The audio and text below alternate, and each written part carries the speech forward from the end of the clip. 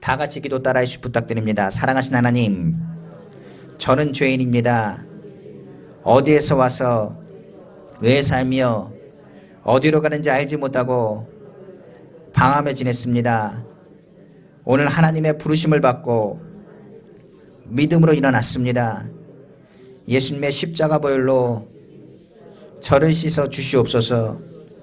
저를 위하여 죽으시고 저를 위하여 부활하신 예수님을 제 구주로 모셔드립니다. 하나님은 내 아버지가 되셨습니다. 예수님은 나의 구주가 되셨습니다. 저는 하나님의 자녀가 되었습니다. 저를 구원해 주니 감사합니다. 이제부터 세상 끝날까지 하나님만 섬기고 예수님과 동행하며 살겠습니다. 예수님의 이름으로 기도합니다. 아멘. 사랑과 은혜가 풍성하신 주 하나님 아버지 감사합니다. 2020년도 아버지 하나님 마지막 주 주일 예배를 주님 앞에 드리게 하심을 감사합니다.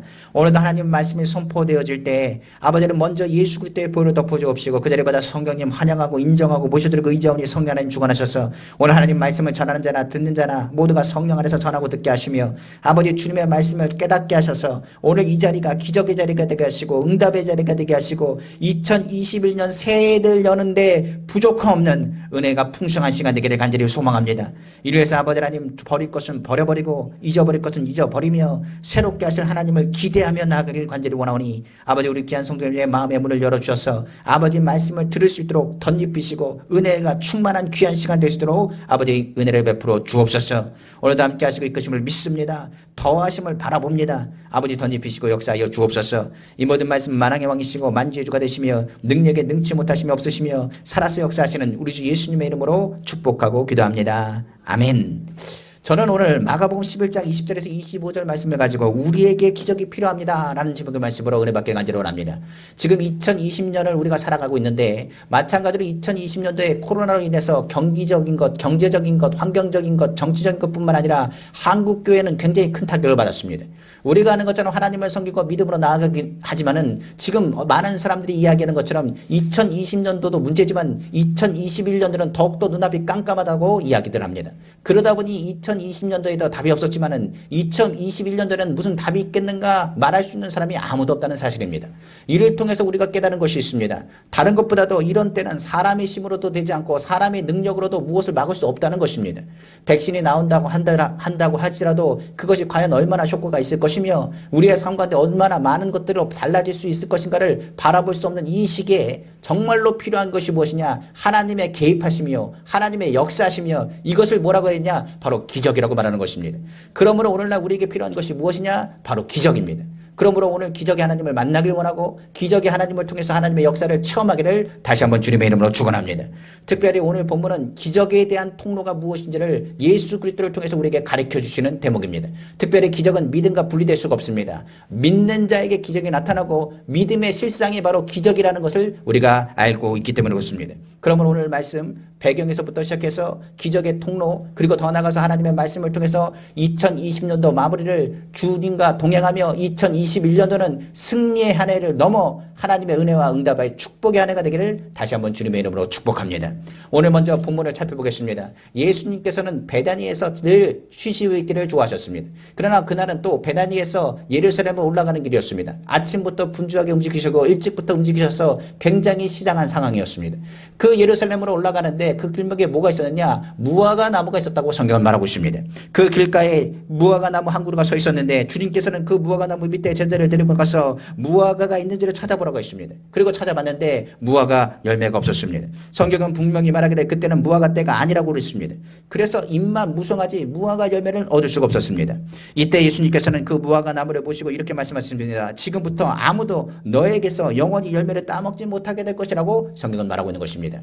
본문의 배경이 되는 마가복음 11장 12절에 14절 말씀인 것입니다. 본문을 봉독해 드립니다. 이튿날 그들이 베다니에 나왔을 때 예수께서 시장하신지라 멀리서 잎사귀에 있는 한 무화과 나무를 보시고 혹 그 나무에서 무엇을 얻을까 하여 가셨더니 가서 보신즉 잎사귀 외에 아무것도 없더라. 이는 무화과의 때가 아님이라.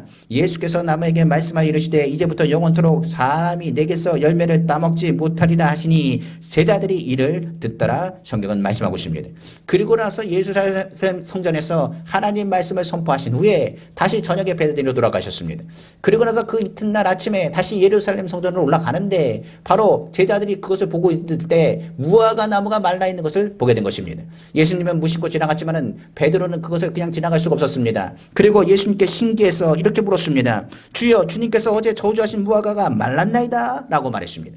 그때 예수님께서 옳거니 이게 기회가 왔구나. 이 제자들에게 무엇을 가르칠까 하여 믿음에 대한 것과 기적에 대한 것과 하나님 말씀에 선포될 때 어떤 능력이 나타나는 그 비결에 대한 것을 본문은 설명하고 있는 것입니다.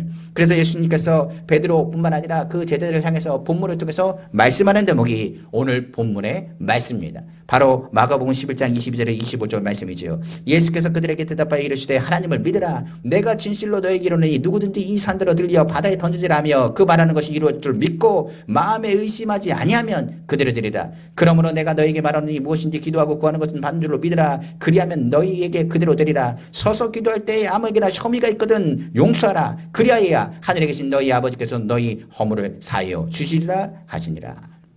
이렇게 말씀하시면서 제자들에게 무엇을 얘기하느냐? 믿음으로 나타나는 기적의 비결을 가르쳐 주고 있는 것입니다.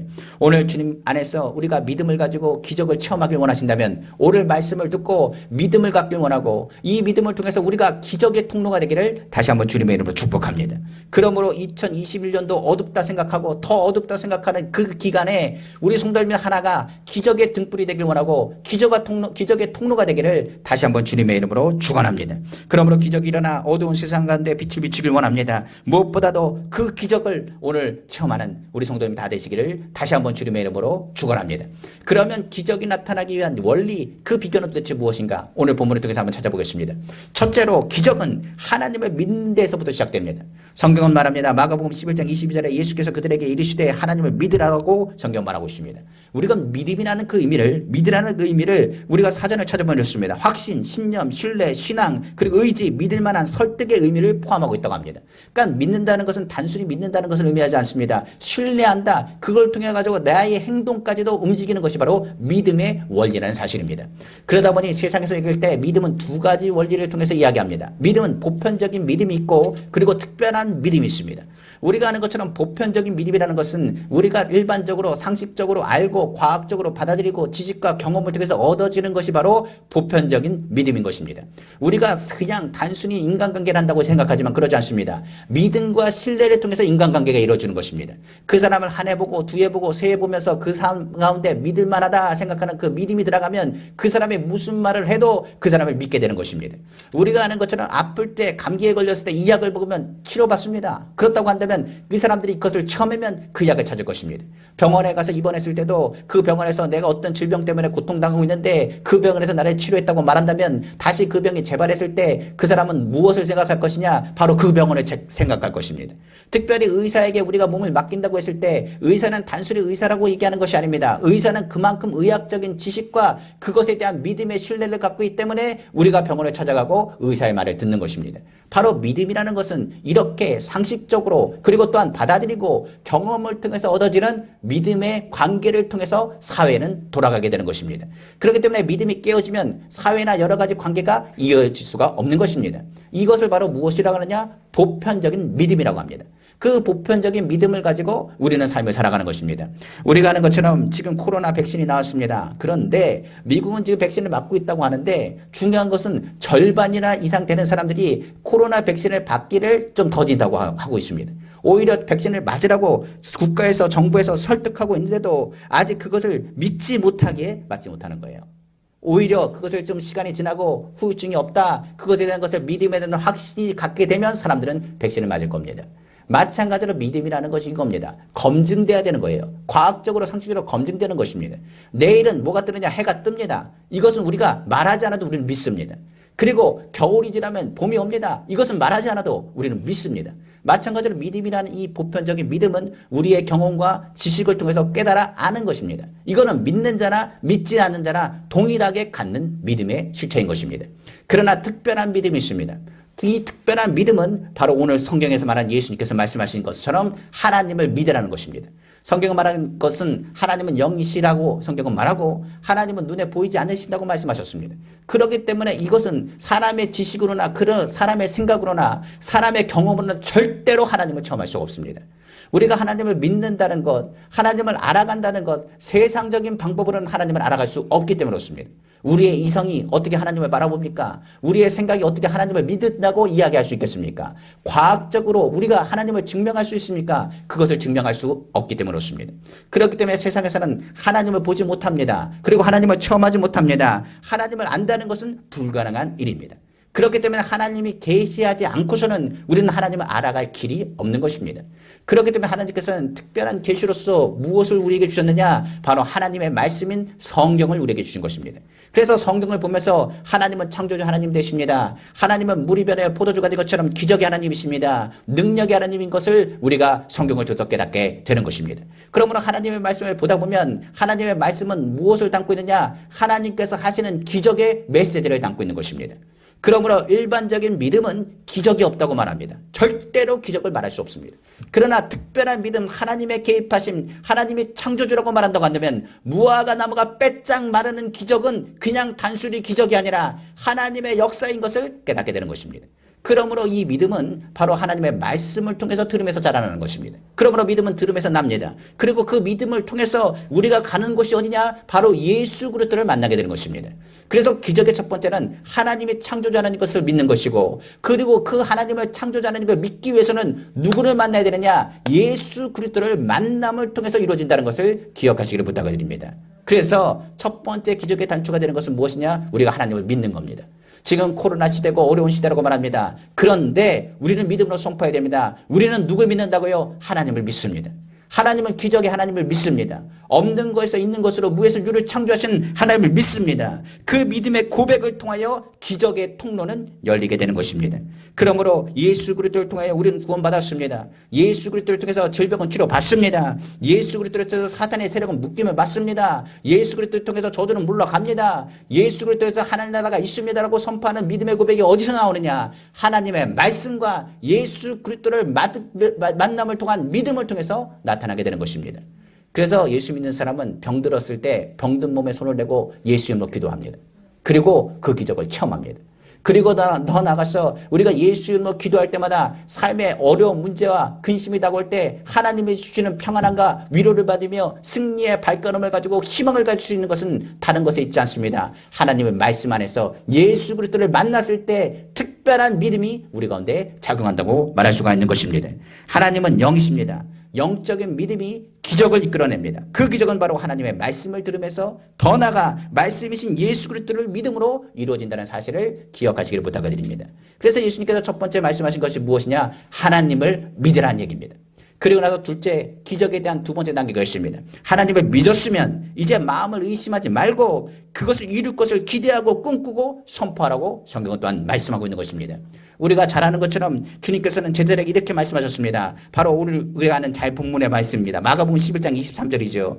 내가 진실로 너에게 이르노니 누구든지 이 산들어 들려 바다에 던져지라 하며 그 말하는 것이 이루어질 줄 믿고 마음에 의심하지 아니하면 그대로 되리라고 성경은 말씀하고 있기 때문에 그렇습니다. 제자들에게 말합니다. 의심하지 말아라. 그리고 믿음으로 선포하라. 산들을 명하여 바다에 던져지라 하면 그대로 될 것이다. 그 믿음의 확신을 가지라고 주님은 말씀하고 있는 것입니다. 우리가 아는 것처럼 성경은 방패의 역할을 얘기할 때 산을 사용하기도 하지만 성경에서 어느 구절을 보면 이 산은 무엇을 얘기했냐? 방해, 그리고 또한 방해물, 어떻게 보면 장애물로 이야기했을 때 바로 산이라고 얘기합니다. 그래서 우리가 찬양 가사도 있지 않습니까? 태산을 넘어 헝곡에 가도 빛 가운데로 걸어가며 그 태산은 무엇을 얘기하느냐? 문제를 얘기합니다. 우리가 성경에서 보면 산은 장애물, 방해물, 해결할 수 없는 문제를 말하기도 합니다. 바로 외적인 것보다 내적인 문제가 무엇을 가리게 하느냐? 믿음의 선포를 막고 있기 때문에 그렇습니다. 성경에 보면 마귀는 도둑질하고 죽이고 멸망시키며 모든 문제에 근원이 된다고 이야기하고 있습니다. 우리가 아는 것처럼 우리 안에 태산이 나타나면 우리의 믿음이 얼마나 연약해질지 모르겠습니다. 우리는 하나님을 믿습니다. 그리고 예수 그리스도가 구세주인 것을 믿습니다. 그런데 우리가 믿음으로 전진하려고 하는데 눈앞에 뭐가 있느냐? 태산이 있습니다. 태산이 있으면 우리도 모르게 믿음이 조그라들기 시작합니다. 그리고 우리도 모르게 우리 입술 가운데 내가 이것을 간단히 넘길 수가 있는 것인가, 내가 어떻게 나아갈 수 있는가 하면서 마음에 의심이 다가오기 때문에 그렇습니다. 성경은 말하고 있습니다. 믿음이 흔들리고 염려하고 의심하지 말라고 주님 말씀하셨음에도 불구하고 우리가 태산을 바라보면 자꾸만 의심이 되고, 태산을 보면 분명 우리가 잘 알면도 불구하고 담대함이 자꾸 사라지고, 그리고 더 나아가서 두려움과 불안감과 자신감이 사라질 때가 있다는 사실입니다. 두 번째, 이 단계를 넘어서야 됩니다. 우리가 하나님을 믿었다면 태산을 넘어서야 된다는 것입니다. 성경은 끊임없이 태산을 넘어가라고 선포하라고 말하는데, 우리가 그것을 보면 나는 자격이 안 됩니다, 나는 부족합니다, 부정적인 생각과 의심과 불안함이 다가와서 그 선포가 이루어지지 못할 때가 있다는 사실입니다. 그 이유에 대해서는 성경은 두 가지를 의미합니다. 첫 번째는 죄가 너가 하나님을 믿는 그 믿음을 흔들어 놓는 것이고, 두 번째는 바로 하나님 앞에 양심에 꺼리끼는 그 행동들이 오히려 믿음의 역사를 나타내는 것을 방해하고 있기 때문이라고 성경은 가리키고 있기 때문에 그렇습니다. 자신이 없다는 것은 믿음이 안 생기는 것인데, 믿음이 안 생기는 것은 다른 것이 아니라 죄를 청산하지 않았기 때문에 그렇습니다. 내가 나쁜 짓을 해놓고선 하나님께 도와달라고 어떻게 말할 수 있겠습니까? 베드로가 예수님을 3번 부인하고 나서 예수님 앞에 다가갈 수가 없는 거랑 똑같은 것입니다. 내가 내 자격이 없습니다, 나는 연약합니다, 나는 부족합니다, 내가 어떻게 이 주님의 일을 감당할 수 있겠습니까? 나 하나님을 믿지만은 이 태산을 넘을 만한 자격도 없고 능력도 없습니다, 주님 도와달라는 말을 감히 하지 못하겠습니다 하는 것과 똑같습니다. 주님은 말합니다. 제발 회개하고 주님께 구하라고 말하고 있습니다. 죄인을 부르러 왔었지 우리가 성경에 말합니다. 의인을 부르러 오신 것이 아닙니다. 그런데 이 죄가 자꾸만 양심을 찌르게 되는 것입니다. 성경에 말하기를 또한 양심에 찔러지는 일들이 있습니다. 자신의 정욕과 자신의 욕심 때문에 오히려 하나님의 뜻과 반대되는 길을 갈았을 때, 우리는 어려움을 다가왔을 때 주님 앞에 말하기도 합니다. 하나님 도와달라고 말하지만 내가 도와달라는 자격이 되는지 모르겠습니다 말하며 오히려 과연 하나님이 도와주실까 하는 의심까지 드는 겁니다. 나같이 못난 사람, 나같이 못된 사람 하나님이 과연 도와주실까? 나같이 부족한 사람, 나같이 죄가 많은 사람 하나님께서 용서하여 주실까? 나같이 할 수 없는 사람, 나같이 부족하여 바보 같은 사람을 하나님께서 과연 나를 도와주시기나 하실까 하는 생각으로 빠져들게 되는 것입니다. 많은 크리스찬들이 하나님을 믿습니다만 이 죄책감과 절망과 낭망 때문에 하나님 앞에 나아가지 못하는 것입니다. 그래서 성경은 분명히 말합니다. 회개하고 나서 하나님의 국률함을 먼저 받으라고 성경은 말하고 있는 것입니다. 그렇기 때문에 믿고 구하고 받은 줄로 믿으라는 그 믿음을 갖기 위해서 회개하며 다시 믿음을 세우라고 성경은 말하고, 무엇보다도 그 마음에 있는 양심에 꺼리끼는 것을 먼저 정리할 것을 성경은 말하고 있는 것입니다. 우리가 신약에 보면 바울 사도가 있습니다. 바울은 원래 하나님을 핍박했던 사람, 예수 그리스도를 핍박했던 사람이었습니다. 예수 믿는 사람을 잡아다가 죽이려고 했던 사람이 누구였느냐? 바로 변화되기 전 바로 사울이라는 바울이었습니다. 그러나 그가 주님의 사역을 감당하며 예수 그리스도를 만나고 변화되기 시작했습니다. 그러나 간혹 떠오르는 것이 다른 것이 아니었습니다. 경제적인 육체적인 가시뿐만 아니라 마음속에서 무엇을 얘기하느냐? 너는 예수님을 핍박했던 사람 아니냐? 너는 예수님을 부인했던 사람 아니냐? 너가 죄가 얼마나 많은데 굉장히 마음속의 괴로움과 고통으로 계속적으로 괴롭혔던 일들이 성경에 기록되어 있습니다. 그때마다 바울은 얘기합니다. 다른 것을 바라보지 않았습니다. 오라 나는 공고한 사람입니다. 하나님, 내가 마음으로 하나님의 법을 섬기지만은 육신으로는 자꾸만 이 마음에 갈등이 자꾸만 다가옵니다. 이를 어찌할지를 모르겠습니다. 이 사망의 중에서 누가 나를 건져낼 수 있겠습니까? 라고 고백했던 것을 우리는 기억할 것입니다. 그때 성경은 말합니다. 로마서 8장에 말하기를 생명의 성령의 법이 죄와 사망의 법에서 너를 해방했다고 성경 말합니다. 여기서 그리스도 예수 안에 자에게는 뭐가 없다? 정죄함이 없다는 말씀을 선포해 주셨던 것을 우리는 기억할 것입니다. 바로 예수 안에 있다는 것을 우리는 잊어서는 안 됩니다. 제자들에게 설명하는 것일 겁니다. 죄의 태산이 있고 우리의 삶 가운데 문제가 많다 할지라도 우리는 혼자가 아닙니다. 예수님이 우리를 도와주시고 예수 그리스도께서 우리를 사랑하셔서 십자가 지셨다는 그 믿음의 고백이 우리 입술 가운데 나타나야 되는 것입니다. 그러므로 부정적인 말을 우리가 계속할 때가 있습니다. 안 됩니다. 저는 부족합니다. 할 수 없습니다. 그런데 주님은 정말 그런 말하는 것을 싫어하십니다. 우리가 예수를 믿었다면 주님, 나는 오늘 긍휼을 받습니다. 주님은 오늘 나를 예수의 보혈로 덮어주셨습니다. 하나님 아버지, 내 얼굴에 낯짝이 없습니다. 그러나 주님이 나를 사랑하신 걸 압니다. 나는 하나님의 자녀입니다. 그러므로 오늘 주님께서 나를 만져주시고 인도하실 것을 믿습니다. 그러므로 입술로 고백할 겁니다. 지금 태산의 문제가 해결될 줄로 믿습니다. 주님, 내 입술은 자꾸만 아니라고 말하고 주변의 양심에서는 너까지 것이 무엇을 한다고 얘기할지 모르겠지만은 내가 그런 말을 듣지 않겠습니다. 오늘 믿음으로 끊임없이 선포하겠습니다. 이 산이 바다에 던져줄 걸 믿습니다. 하나님 이 문제가 사라지고 하나님의 역사가 나타날 것을 믿습니다. 주님이 나를 도와주실 것을 믿습니다. 주님이 붙잡아 줄 것을 믿습니다. 믿음의 선포를 끊임없이 이어가기를 다시 한번 주님의 이름으로 축원합니다. 그러므로 주님의 말씀을 선포할 때 그 죽고 사는 곳에가 혀에 있다고 말한 것처럼 긍정적인 입술의 선포를 통하여 하나님께서는 우리가 할 수 있다는 믿음의 고백을 기뻐하시고 주님이 우리를 도우신다는 사실을 기억하시기를 주님의 이름으로 축원합니다. 그 입술이 달라지면 그때부터는 기적과 가까워집니다. 우리가 아는 것처럼 하나님을 믿습니다. 그리고 태산의 문제에 대해서 지금 태산은 옮겨지지 않지만 믿음으로 끊임없이 고백합니다. 주님, 나는 죄인이지만 주님이 나를 건지셨습니다. 그러면 이 태산은 무너집니다. 하나님 사라집니다. 하나님 축복해 주십니다라고 선포하는 것입니다. 그런데 항상 기억하실 것은 선포도 계속하다 보면 나도 모르게 뭡니까? 어느 순간이 되면은 내가 지금 뭐 하는 짓인가 생각할 겁니다.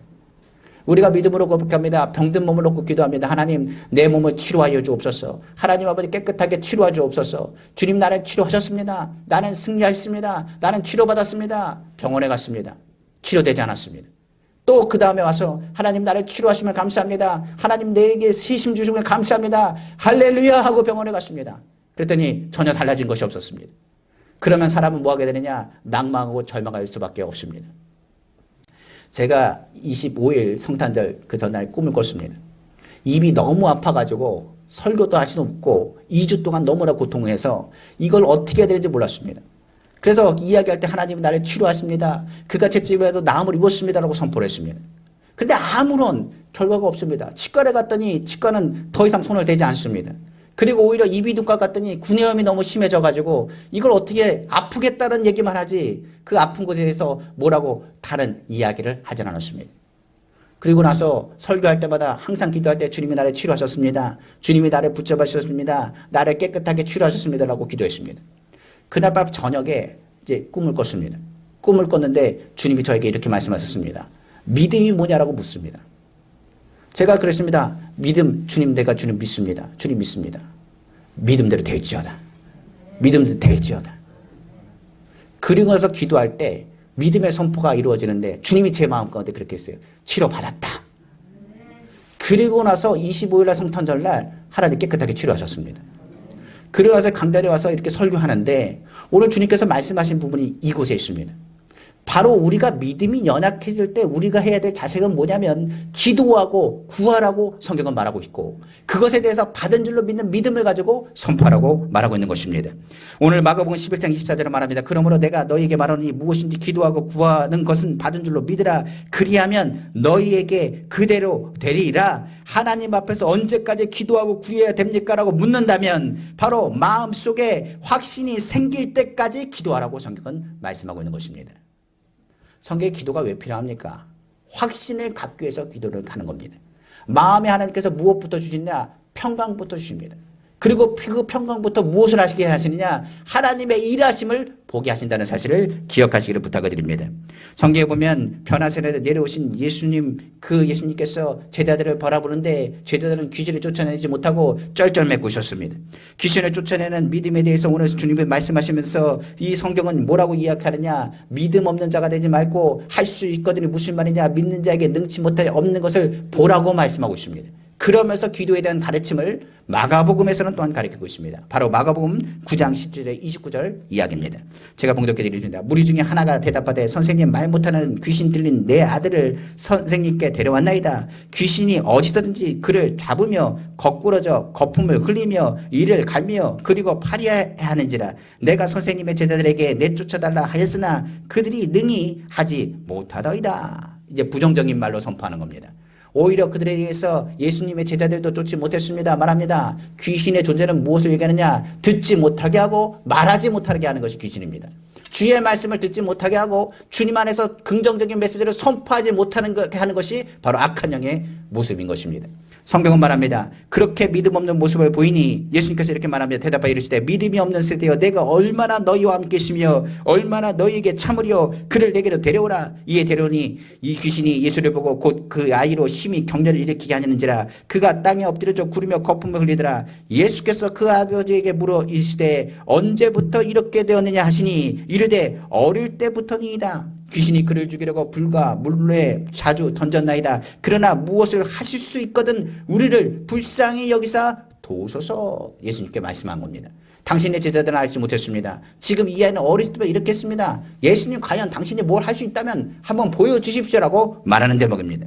이때 예수님께서 23절에 이렇게 말합니다. 예수께서 이르시되 할 수 있을 것이 무슨 말이냐. 믿는 자에게는 능치 못할 일이 없느니라 하시니 곧 그 아이의 아버지가 소리를 질러 이르되 내가 믿나이다. 나의 믿음 없는 것을 도와주소서 하더라.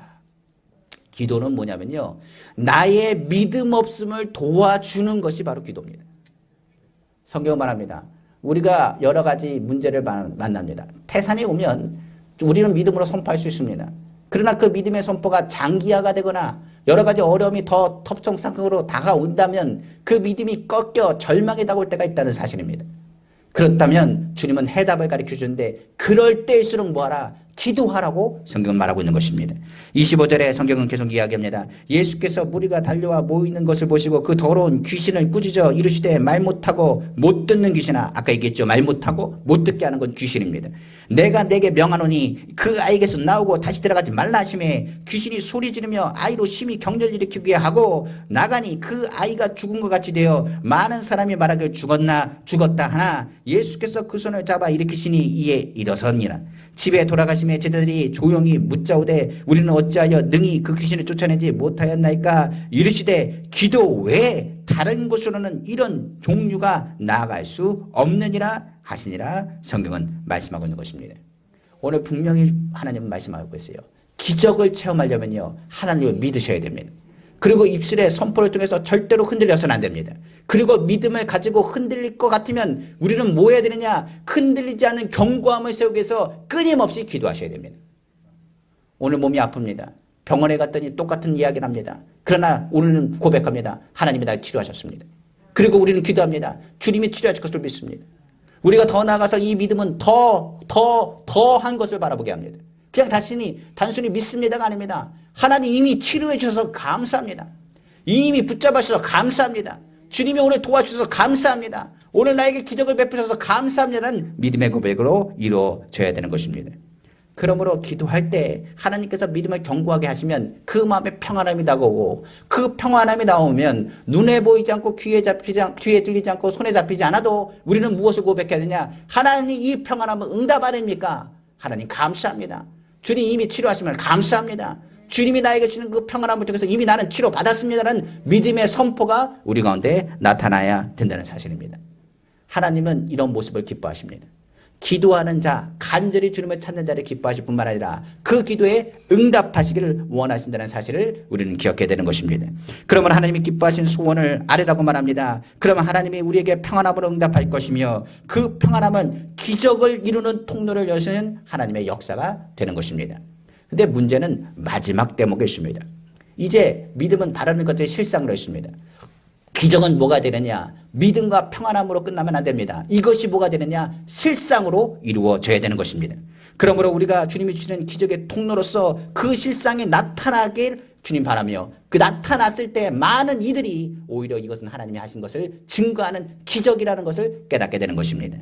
우리의 삶부터 기적의 통로가 열리길 원하고 믿음이 내 자신에서부터 시작된다는 것을 기억하기 원합니다. 입술의 변화, 긍정적인 선포 굉장히 중요합니다. 그런데 많은 사람들이 얘기합니다. 아무리 기도해도 응답이 없습니다 하는 사람이 너무나 많습니다. 그러다 오늘 성경에 주님은 마지막에 답을 우리에게 설명하십니다. 오늘 바로 25절 말씀이죠. 서서 기도할 때 아무에게나 혐의가 있거든 용서하라. 그리하여 하늘에 계신 너희 아버지도 너희 허물을 사하여 주시리라고 성경은 말씀하고 있습니다. 여기서 25절에 뭐라고 했습니까? 혐의가 없다는 겁니까? 혐의가 있다는 겁니다. 내 잘못이 아닙니다. 저 사람 분명히 잘못했습니다. 그런데 뭐라고요? 용서하래요. 저 사람이 분명히 나에게 잘못했습니다. 그런데 뭐 하라고요? 용서하라고 말하고 있습니다. 성경 말합니다. 혐의가 없거든이 아니라 혐의가 있거든 용서하라. 그래야 하늘의 하나님께서 너희의 허물을 사해 주시라고 말씀하고 있는 것입니다. 기도는 바로 용서하지 않으면 그 통로가 막히는 거랑 똑같습니다. 기적의 모든 것이 다 이루어졌고 기도에 대한 응답이 나오는데 통로가 막혀있다 그러면 아무 응답이 우리에게 이루어질 수가 없는 것입니다. 예를 들어 제가 어느 음료수를 먹으려고 빨대를 꼽았습니다. 그런데 빨대를 꽂고 막 마시려고 하는데 빨대에서 음료수가 안 올라옵니다. 그 빨대를 열어봤더니 빨대 뒤가 어떻게 되냐, 꽉 막혀 있습니다. 빨대가 막혀 있으면 아무리 빨아당겨도 음료수는 올라가지 않습니다. 그렇기 때문에 이 빨대 구멍이 열려 있어야 그 음료수를 마시는 것과 똑같습니다. 우리 마음에 원한과 그리고 시기와 그리고 우리 안에 혐의와 여러 가지 생각들의 악한 것들이 가득 차 있으면, 이웃에 대한 그 마음의 원한과 분노를 가지고 있으면 하나님의 기적의 통로와 문이 닫혀져서 하나님의 기적을 체험할 수가 없는 것입니다. 하나님은 사랑이시기 때문에 마음속에 분노, 미움을 가지고 있으면 어떠한 상황에도 하나님께서는 응답하지 않으십니다. 병이 왜 걸린지 아십니까? 스트레스가 근원이라고 말합니다. 스트레스는 어디서 오는지 아십니까? 미워서, 싫어서, 원한 때문에, 분노 때문에 나올 때가 많이 있다는 것을 우리는 알아야 됩니다. 성경은 말합니다. 우리는 하나님 앞에서 한없이 큰 죄를 지은 사람인데 주님이 예수 그리스도의 보혈로 우리를 덮어주셔서 그 죄를 탕감해 주셨습니다. 우리는 용서받은 사람이에요. 그런데 우리가 저 사람이 밉고 싫고 원한 때문에 저 사람을 용서하지 않는다면 하나님께서 우리를 용서를 통하여 은혜를 베푸신 그 통로가 어떻게 되느냐? 막히는 거랑 똑같은 것입니다. 모든 삶에서 내가 용서하지 못하고 변화되지 않으면 기적을 체험할 수가 없는 것입니다. 오늘날 수많은 사람들이 고통이 용서해 주지 못해서 나타나는 것입니다. 남편이 아내를 용서하지 못합니다. 또한 아내가 남편을 용서하지 못합니다. 시부모를 용서하지 못합니다. 그리고 친정부모님들에 대한 것도 용서하지 못합니다. 서로 친구를 용서하지 못합니다. 그러다 보니 그 고통은 괴로움으로 다가오기 시작합니다. 그리고 그 원망을 통하여서 사업도 질병도 풍랑도 더 크게 다가와 우리의 삶을 고문하게 이르게 되는 것입니다. 신앙생활도 동일하게 나타납니다. 서로 사랑하라고 말합니다. 용서하지 못하면요, 이 자리에 앉아 있어도 은혜 받지 못합니다. 우리가 기억할 것이 있습니다. 늘 성경의 말씀처럼 사랑한다고 말하면서도, 하나님께 예배한다고 말하면서도 마음에 기쁨이 없고 평안이 없고 즐거움이 없다면 우리의 삶을 돌아다 봐야 되는 것입니다. 제가 여태까지 사역을 하면서 보니까 꼭 대교구마다 지나갈 때마다 꼭 그 일들이 있더라고요. 제가 개척하면서도 듣는 얘기입니다. 저한테 하는 얘기가 그렇습니다. 목사님, 저 교회를 이제 옮겨야겠습니다. 전 교회를 못 다니겠습니다. 나 이 교회 이제는 안 다니려 합니다. 저는 그런 얘기를 얼마나 많이 들었는지 모르겠습니다. 어떤 성도를 이야기합니다. 난 저 사람 때문에 못 다니겠습니다. 목사님도 좋고 교회도 좋은데 저 사람만 아니면 내가 교회 다니겠습니다. 저 이분들을 볼 때마다 그런 생각을 했습니다. 이분들이 평신도면 제가 이해라도 합니다. 그런데 지역장이고 권세 있는 분들이, 그런 분들이 종종 많더라고요. 오히려 신앙의 연수가 클수록 이렇게 얘기합니다. 나는 저 사람 때문에 신앙생활을 못하겠습니다. 이것 때문에 문제가 됩니다라고 이야기하는 경우가 많이 있습니다. 원한과 분노가 가득 차 있는 경우가 종종 발생합니다. 그런 사람들은 믿음이 자라지 않습니다. 그리고 오히려 도저히 용서할 수 없는 사람이라고 말하고 용서하지 않으려고 합니다. 그럼 우리는 기억해야 됩니다. 우리는 용서받을 자격이 없는 사람이에요. 그런데도 예수 그리스도께서 우리를 용서하셨습니다. 교회에서 기적이 일어나려면 먼저 내가 변하는 기적이 나타나야 되는 것입니다. 오늘 말씀의 제목이 뭡니까? 우리에게 뭐가 필요하다고요? 기적이 필요하다고 그랬어요. 2022년도에 많은 갈등과 어려움이 많았을 것입니다. 어떤 권사님은 며느리가 용서가 안 된대요. 어떤 집사님은 남편이 용서가 안 된대요. 용서가 안 되면 어찌 기적이 그 가운데, 그 가정 가운데 일어날 수가 있겠습니까? 용서는 우리를 변화시키는 기적의 첫 번째 발걸음입니다. 바로 우리의 기적의 통로가 막혀 있는 것은 우리 마음의 원한과 품었던 모든 감정들이 하나님의 기적과 은혜를 체험할 수 있는 그 순간을 막는 사단의 전략과도 같은 것입니다. 그러므로 우리는 어떻게 해야 될까요? 저는 우리 성도님에게 이렇게 얘기합니다. 구체적으로 원한 있는 사람이 있다면, 혹시나 미워하는 사람이 있다면 그 사람의 이름을 부르고 용서하십시오. 예수님이 우리에게 일방적으로 용서하셨어요. 십자가에 지신 것은 합의해서 십자가를 지신 것이 아닙니다. 우리의 죄를 위해서 일방적인 하나님의 사랑하심으로 예수님께서 십자가를 지신 것입니다. 성경은 말합니다. 너에게 원한해지거나 혐의가 있는 사람을 향해서 용서하라. 용서 없는 사람에게 하나님이여 저 사람을 용서받을 자격이 없지만은 나는 주님처럼 일방적으로 저 사람을 용서하겠습니다. 그 사람이 안 보여도 상관없어요. 마음속에 먼저 기도로 선포하십시오. 내가 기도가 안 되는 것, 내가 기도의 응답을 받지 못하는 것, 용서하지 못한 겁니다. 아버지가 나를 버렸습니다. 용서하지 못하겠습니다. 그러나 나는 용서 못합니다. 그러나 예수 그리스도 안에서 내가 예수님을 믿습니다. 주님이 나를 용서하셨기 때문에 나는 저 사람을 용서합니다. 하나님 앞에 한 사람 한 사람 이름을 부르면서 난 후에 이렇게 고백하시면 됩니다. 예수 그리스도의 보혈로 나를 덮어주옵소서. 제가 주 하나님 아버지 죄 지은 자를 용서하신 것처럼 주님 나의 죄를 용서하여 주옵소서.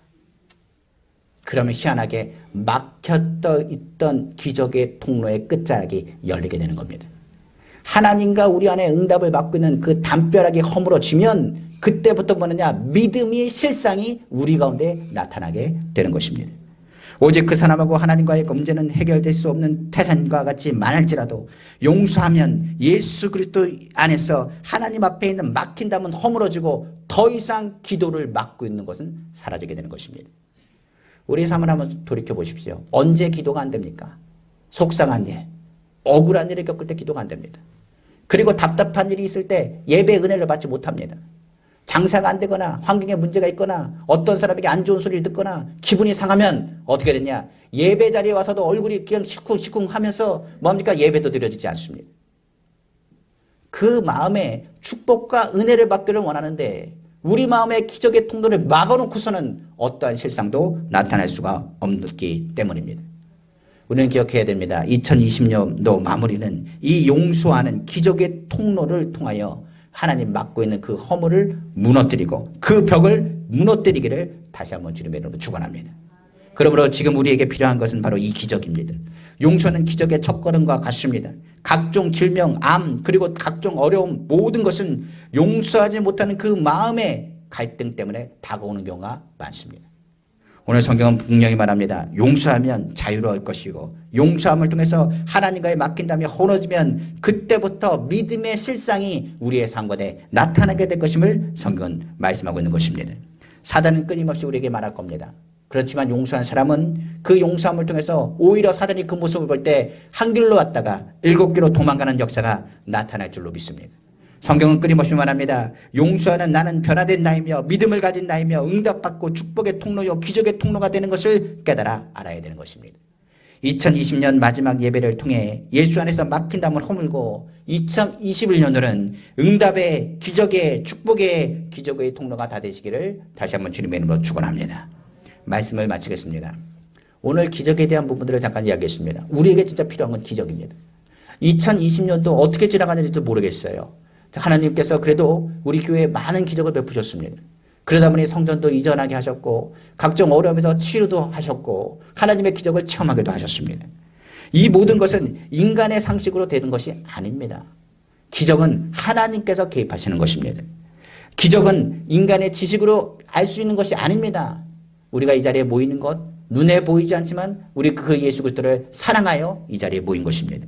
하나님은 영이시기 때문에 우리는 기적을 체험하길 원한다면 영적인 주님을 만나기 위해서 예수 그리스도를 만나고 예수 그리스도의 이름으로 서야 되는 것입니다. 그러면 오늘 주님의 말씀을 우리는 들었습니다. 그리고 예수 그리스도를 마음에 모셔드렸습니다. 그리고 예수 그리스도의 십자가를 체험했습니다. 그리고 주님이 우리를 사랑하심을 깨달았습니다. 그런다면 이제 우리 안에 먼저 기적이 나타나야 됩니다. 2020년도 혹시나 털어볼 것이 많지 않습니까?